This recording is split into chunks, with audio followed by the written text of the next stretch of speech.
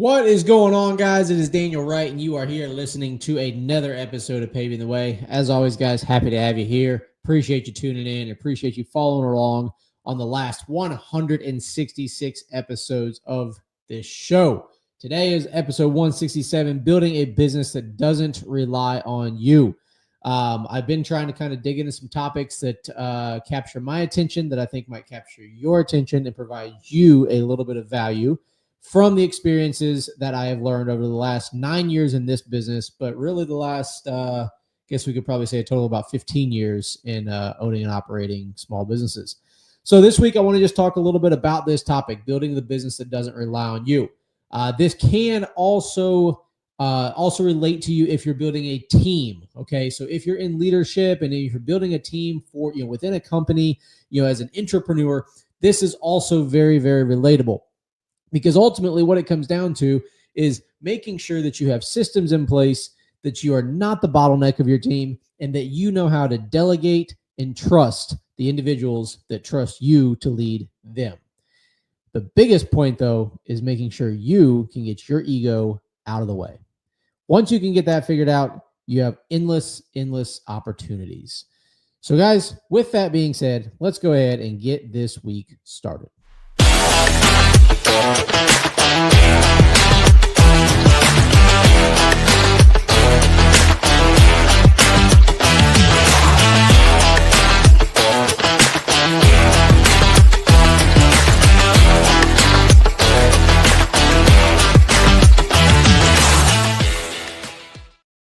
All right, guys, welcome back. Hopefully that intro has got you a little bit intrigued, because I can almost guarantee that if you're in any sort of a business, an industry, any sort of a field that has anything to do with outdoor work, the concept of building a business or building a team that doesn't rely on you to operate day in and day out is probably a peak thought right now.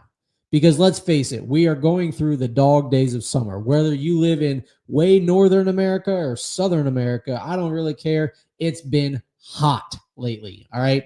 Now, that doesn't mean that it means that you get to just sit inside the air conditioning or, just, ride around in your comfy truck or whatever it might be. Right. It means that you figure out how to build a team. So that way the load can be dispersed and it can be delegated amongst multiple individuals, and you're not outside grinding all day, going back to your house and putting proposals together, then following up with the clients the next day, then doing it all again, repeat. And next thing you know, you have wasted away many years of your life and gotten absolutely nowhere because you kept yourself on the treadmill of your business.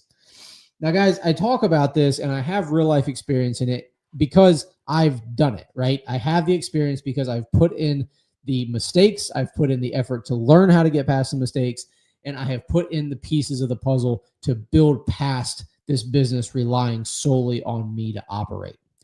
And I'll tell you guys, when I first started out, okay, whether it was this industry or whether it was the landscaping industry before, I always had the mentality that I want to own the business. I want to be the boss. I want to be, the guy who can do whatever I want to do with my time, with my days, yada, yada, yada, and just live this great life.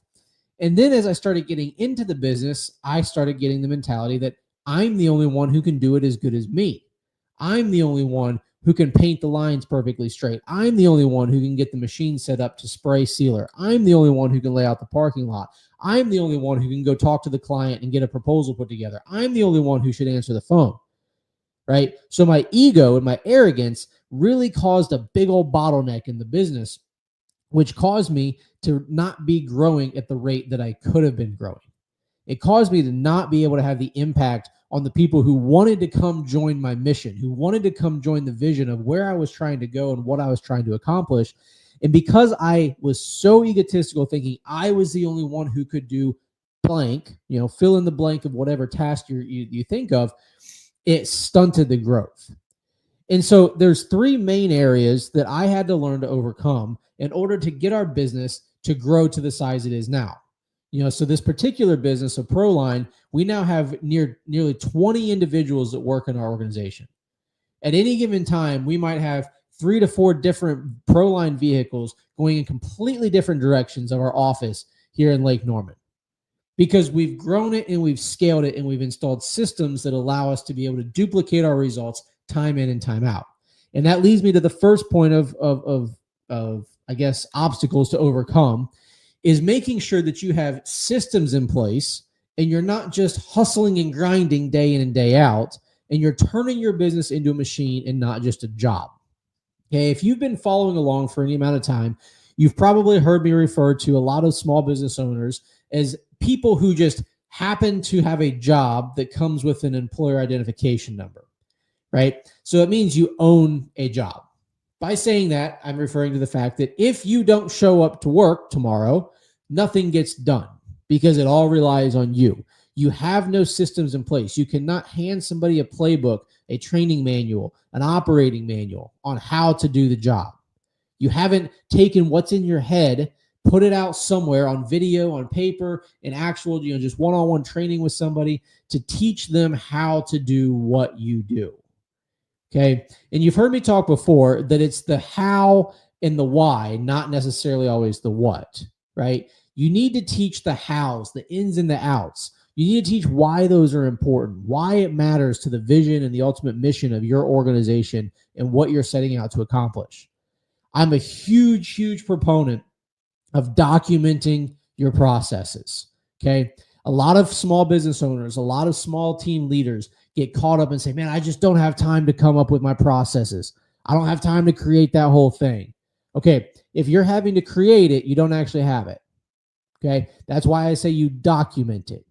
Hire somebody, pay your freaking, your cousin $100 for the day to follow you around with his phone and record everything you do. And just think out loud. So you're documenting the process of how you're going from, step A to step B to C to D to E to F, so on and so forth. And so if you document that process, well, then somebody else who has an interest in doing whatever it is you're doing can watch that, can learn from it, can study it, and then they can go accomplish that same process. And then as you continue to do that time and time again, and you teach yourself and you teach those around you that what you do is repeatable, that you're not some golden child, that you're the only person who's able to do this, then you're going to start to realize, man, I want to get some A players in here to learn how to do this process. I want to get some people who might even be better than me at doing this process. And let me tell you right now, guys, from experience, when you get individuals in place to do part of that process, then they're better at it than you. That's one of the golden keys to unlocking the growth and the scalability of your business and your team. Okay. For example, I wanted to hold on to scheduling our jobs so tight. And now that I don't do it anymore, I look back and wonder why in the world I wanted to hold on to it so tight. I think part of it was I thought I was the only one who could understand how to schedule jobs to make sure that our revenue and our margins and our profitability made sense. I was the only one who could actually figure out how to talk with the clients and make sure we tried to accommodate them, but also set out boundaries and expectations that we need from them in order to get their jobs complete. I thought I was the only one who could move the schedule around if we had a rain day or if we had another urgent request come in that was an emergency repair or something we had to do. I thought I was the only one who could handle the schedule. And eventually, a couple of people on my team came and said, hey, you probably shouldn't be doing the schedule anymore. Your team's working 70 to 80 hours a week. You're burning through people like it's, going out of style. Your morale is in the crapper. The culture is crap. Everybody's at each other's throats. And we're still getting things done, sure, but no one's having fun doing this. So what does my egotistical self say? Fine, you do it. Good luck, right? And now, obviously, I didn't leave JJ, our operations manager, hanging out to dry, but that's kind of more or less what happened. I said, all right, man, if you want to do it, you want to take over it, have at it. I'll help you however I can, but here's what we got to do. Here's what we got to accomplish. Here's how I've been doing things. Let me know what you need. And guys, that was, I guess now probably close to 2 or so years ago that I relinquished that duty that I was so holding on to so tightly that I thought I was the only one to do it. And I can tell you right now, in the last 2 years, morale's never been higher. Culture has never been higher. Productivity has never been higher. Profitability has never been higher. Okay. Everything's gone up when I let go of it, because I made sure that we were trying to build a system and putting somebody in place that can do something better than I can. And this leads me to point number 2, is the hidden cost of being the bottleneck. So like I just told you guys, when I got out of the way, when I removed myself from that pinch point of what we were able to produce as a company and as a team, all of a sudden, every metric went up. And the only thing that went down was my stress load. And what happens when my stress load goes down as the owner and the leader of the company? I am able to more clearly see the vision of where we're going. I'm able to spend more time with our team members and understand what's going on, how their day-to-day life is going, how we can improve this place. I'm able to have better conversations with our clients because I'm not constantly rushed on thinking I have to get everything else done. Okay. And the other hidden cost of being the bottleneck in the company is you're constantly suppressing the individuals on your team who want to come in and help you build. Imagine it, guys. Would you take on a project to go build something at your house? Say you're going to build a wooden deck, right? And your neighbors start kind of coming over. They say, hey, man, I love putting together decks at people's houses. I love designing this. I love cutting the wood. I love nailing it together. I love staining it. I love sanding it. Whatever they may love to do as part of that deck building process. You say, no. You can hang out over there and just bring me the nail when I need it. Just bring me the board when I need it. Just bring me the stain when I need it. Eventually, those people are going to probably flip you the bird and go back to their house and not be a part of your project anymore. But when you get individuals who come on board and want to come help you do what you're doing, because they can bring a specific set of skills to the table, you've now increased the bandwidth and the capacity of your team and your organization. Only if you get out of their way. Okay. Now, don't get me wrong. Don't get this twisted. Okay. They have to come on board and they have to learn about the systems and the processes that you have in place, right? They have to understand what got you here, because you got to that place before those individuals came on board. And the right individuals understand and respect that, but they also have a drive and a desire to take it further. So there comes a balance where, yeah, sure, when the new individuals come into town, you've got to be that bottleneck. You can't just have it be a free-for-all in the wild, wild west and hope everything's going to work out all right. Because next thing you know, you're going to be trying to herd wet cats and have no idea what the hell happened. So you have to be that bottleneck to a point, and then once they have proved competency and they have gained and earned your trust to be able to go do their job and their part of the process on their own, get out of the way. Be there to support them. Don't let them fall. Let them stumble. Don't let them fall. And your job is to make sure that they have the runway, that they have the tools, they have the resources to be able to do the best that they can at their job. I like to use the 3 E's, or E3 or E cubed, whatever you want to call it. But nonetheless, we like to make sure that we equip, we educate, and we empower. Okay. We want to make sure that every person has all the tools and resources they need to go do the job that we brought them in to do. So we equip them with that. And then we educate them. We teach them how to use those tools and resources. We teach them the whys, the hows, the bigger meanings that we have behind what we do. And then we empower them to go do it. Once they've proven that they've learned it, that they understand what we've equipped them with and what they've been educated on, then we empower them to go succeed. My constant question to my team is, what do you need from me? How can I support you in this? What do you think we should do here? Okay? Because let's face it, guys, if you can't ask your team, what do you think we should do? Or what do you think about that? Because you don't trust the answers they might give you. I hate to break it to you. You might have not hired the right individuals for your team. Okay? Because the individuals you have on your team should be the ones that are constantly thinking of ideas on how to grow, constantly thinking of ways for more efficiency, constantly looking to try and grow their importance and their contributions to the team as a whole. And so when you get those individuals in the room together and you get out of their way, you're no longer the bottleneck. You can then take the opportunity to, quote unquote, sit back and watch the team perform. Okay? Think about the coach of an NFL team or an NBA team or a college basketball team, whatever you prefer. They're not out there passing the ball, making the blocks, making the tackles, getting the interceptions, calling all the shots. They're making sure that team is driven and aligned in the direction they're trying to go. They're making sure that they are equipped with what they need, that they're empowered to go call the shots and make the plays. And that's your job as the leader, to get out of their way and let them perform. Let them execute on that. Who doesn't like to go home and brag to their families about what they did at work that day, or what they were promoted to, or what problem they solved, or what recognition they received? You're doing your team a disservice if you're the bottleneck and you're standing in their way. And the last and the most major part of this is learning how to delegate, have automation, and trust your team. Okay? Because the other two parts are pretty easy, right? You build the systems so that way you're not trying to hustle and grind day in and day out. You're making something repeatable so other people can learn it, catch on to it, and contribute to the overall mission of what you're trying to do, right? And then you got to make sure that once they do that, you get out of their way and you're not the bottleneck. Okay, at point A and point B, pretty simple. But to delegate, automate, and trust the individuals to do it, that's where it takes some willpower.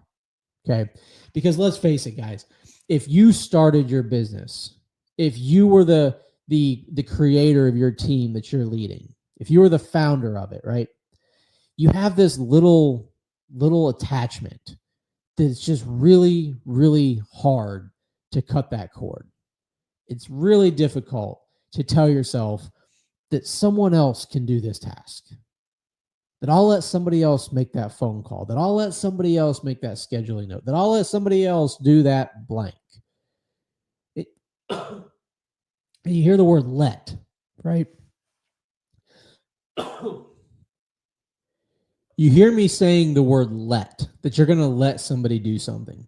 Well, I can give you one piece of advice right now. Get that word out of your mouth. You're not letting anyone do anything.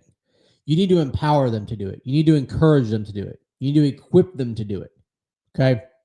Because once you do that, once you delegate the tasks to the people that you've taught and equipped to do it, then it becomes an automated process because you've got the processes and the systems documented. And when you trust them to get the delegated tasks done in an automated and processed way, the result for you as the leader is that you can have a little bit of your life and sanity back. Because I can tell you right now, guys, when I get to talk about my business, sure, I could talk about our growth. I could talk about the clients that we serve, the opportunities that we get, the places that we're going. I could do all that, right? One of the things that I enjoy most about talking about my business is talking about the team that we have built. And the fact that I tell them that, yes, sure, I'm still a salesperson. I still go do estimates. I still drive around and go talk with clients and measure cracks and potholes and asphalt repairs and concrete repairs. I still have a job that I perform. But people oftentimes don't realize that I'm the owner of the company as well. Because when I get to go talk with individuals, I can be present. I can be involved in that conversation. I can be engaged with where I'm at and who I'm with. Because I have a team that surrounds me, that I have the opportunity of leading, that I have delegated tasks to, that we have developed systems and processes that make the results automatic. And I trust them to get their jobs done without me needing to babysit them day in and day out, to be able to go do the things in my life that I need and want to do. Okay? Because most of the time, people who work for leaders that are constantly busy, they're constantly putting out fires, they're constantly involved in every single little thing that they can manage to get their fingers on, those leaders are insane. They're terrible to work under. You can't talk to them about anything because you never know when you're going to get your head bit off. You got to walk on eggshells around them because you never know what they're dealing with behind the scenes. They can't keep a level head on themselves because they constantly are getting involved in the minutia of the day-to-day activities. And so if you're able, as the leader, to delegate these things, to trust your team to do them, to have the clear systems and processes to get the repeatable results, you might get to experience life in a little bit of a more positive light. Because, guys, at the end of the day, we hear the people who say, well, I need to work on my business, not in it, right? And I was thinking about that recently, and most of the leaders and most of the business owners that I read about, that I look up to, that I learn from, you look at people like Andy Frisella at First Form, or you look at Elon Musk at Tesla, or you look at Bezos with Amazon, or you look at whoever it is that you want to look at that own their companies, right? They're still actively involved on a day-to-day basis. But what they've done, if they've built systems and processes, so that way their machine, their business, can run day in and day out. You can add on the people, you can add on the departments, you can add on the service, you can add on whatever it is you're adding on, but they have systems and processes that run the foundation of their business. They've gotten out of the way as the bottleneck, and they've allowed their teams to flourish. They've allowed them to grow. They've given them the runway and the resources that they need in order to accomplish all that they're setting out to accomplish. And that you're able to see them living the lives that they choose to live. And most of the great leaders, most of the ones that we really want to look up to, if we have any sort of a, in my opinion, moral compass on what it means to be a leader, most of those leaders are still involved in their business. But what they've done is they've delegated, automated, and trusted their teams to be able to have the freedom to work on the business when they need or want to. And when you get the opportunity to do that, when you can take that time and work on that business, spend time educating yourself, networking, learning what you can do to keep growing that organization, that team, that business. When you're able to take the time and do that, the vision becomes clearer and clearer. It becomes more and more obtainable. You enjoy what you're doing more, and your team will appreciate the heck out of you because you've allowed them the opportunity to come and show off their skill set, to contribute to something bigger than themselves, and to be part of something that they truly believe in and stand behind. So, guys, that's my challenge to you this week. In any sort of a leadership position, business ownership position, whatever it is you may have, ask yourself, do you have systems and processes in place for your team to follow and to duplicate? Or is it just a hustle that relies on you to get everything done? Are you the bottleneck that is creating hidden costs of your business for not allowing it to grow, for not allowing it to be efficient, for not allowing it to be as effective and fast moving as it could be? Are you slowing it down because you're in the way? And have you been able to delegate, automate, and trust your team to be able to get the results that your organization needs to get? So that way you can have the time, the freedom, and the flexibility to do what you need to do to be the best leader possible. That's something I challenge you to think about this week. And as always, guys, if you want to see what I'm talking about in real life, jump over to our YouTube channel. I always drop the link in the comments or the description here. Follow along on our journey. We try so hard to make sure that we document this journey so that way you guys can see the real life day-to-day examples of what I sit on here and talk about. Because any knucklehead can get in here and flap his gums, blow smoke up your ass, and paint this pretty picture of what it means to build a business, build a team, be a leader, do this, do that. But how many of them actually show you what they're doing? How many of you do you see the teams that they're talking about? How many times do you see the projects that they talk about? How many times do you see the ins and outs of their business that they talk about? Not very many. Okay. That's why I only post this podcast once a week, but our company posts what we're doing daily. I want to make sure that you've got the proof, that you can see what it is we're talking about, and that you can know that this guy right here isn't out here to freaking blow smoke up your ass. I'm out here to help you pave the way to the future that you desire and to make the impact that you dream of.